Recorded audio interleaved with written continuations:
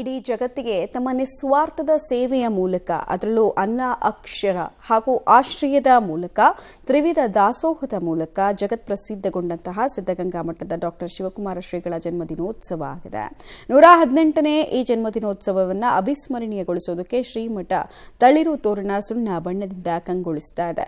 ಜನ್ಮದಿನೋತ್ಸವದ ಸಭಾ ಕಾರ್ಯಕ್ರಮವನ್ನು ಕೇಂದ್ರ ರಕ್ಷಣಾ ಸಚಿವ ರಾಜನಾಥ್ ಸಿಂಗ್ ಉದ್ಘಾಟಿಸಲಿದ್ದಾರೆ. ಡಿಸಿಎಂ ಡಿಕೆ ಶಿವಕುಮಾರ್, ಸುತ್ತೂರು ಮಠದ ಶ್ರೀಗಳು ಸೇರಿದಂತೆ ಹಲವು ಗಣ್ಯಾತಿ ಗಣ್ಯರು ಭಾಗಿಯಾಗಲಿದ್ದಾರೆ.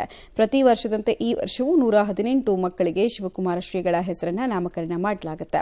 ಸುಮಾರು 1 ಲಕ್ಷಕ್ಕೂ ಹೆಚ್ಚು ಭಕ್ತಾದಿಗಳು ಭಾಗವಹಿಸುವಂತಹ ನಿರೀಕ್ಷೆ ಇದ್ದು ಎಲ್ಲರಿಗೂ ಪ್ರಸಾದ ಮತ್ತು ವಸತಿ ವ್ಯವಸ್ಥೆಯನ್ನು ಕಲ್ಪಿಸಲಾಗಿದೆ. ಸುಮಾರು 7 ಕಡೆಗಳಲ್ಲಿ ಪ್ರಸಾದ ವಿತರಣೆ ಮಾಡೋದಕ್ಕೆ ಅನುಕೂಲ ಮಾಡಲಾಗಿದೆ. ಶಿವೈಕ್ಯ ಶಿವಕುಮಾರ ಶ್ರೀಗಳ 100 ಅಡಿ ಉದ್ದದ ರಂಗೋಲಿ ಕಲಾಕೃತಿ ಕಣ್ಮನ ಸೆಳೀತಾ ಇದೆ. ಗುಬ್ಬಿಯ ಚಾಲುಕ್ಯ ಆಸ್ಪತ್ರೆ ವೈದ್ಯ ಡಾಕ್ಟರ್ ನಾಗಭೂಷಣ್ ಭಕ್ತಿ ಸಮರ್ಪಣೆ ಅಂಗವಾಗಿ ಈ ರಂಗೋಲಿ ಕಲಾಕೃತಿಯನ್ನು ಮಾಡಿಸಿದ್ದಾರೆ. 100 ಅಡಿ ಉದ್ದದ 65 ಅಡಿ ಅಗಲ ಸೇರಿ ಒಟ್ಟು 8125 ಅಡಿಯಲ್ಲಿ ಶಿವಕುಮಾರ ಶ್ರೀಗಳ ಮನಮೋಹಕ ರಂಗೋಲಿ ಕಲಾಕೃತಿ ಅನಾವರಣ ಆಗಿದೆ.